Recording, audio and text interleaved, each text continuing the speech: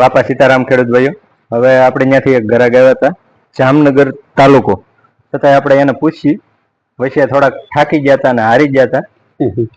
હવે હું છું હું નહીં એ રસ્તામાં એને પૂછી અને અહીંયા આવ્યા પછી એનો કેવા રિવ્યુ રહ્યા એ તરફ જણાવજી.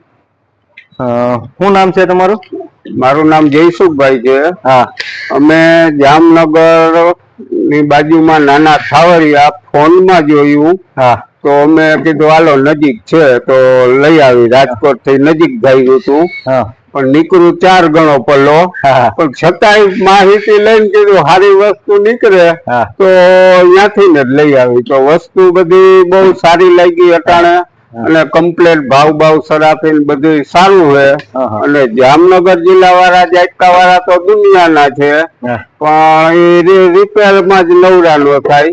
અને આનાથી ભાવ ડબલ છે. ખોટું શું? બરોબર બરાબર ને. બહુ અત્યારે સારી વસ્તુ છે, કોઈને લેવો તો વાંધો નથી. હે ઝટકો આપણે ચેક કેવો લાગ્યો?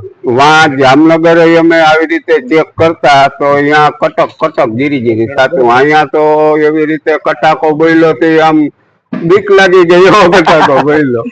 એટલે અત્યારે બહુ સારું લાગ્યું.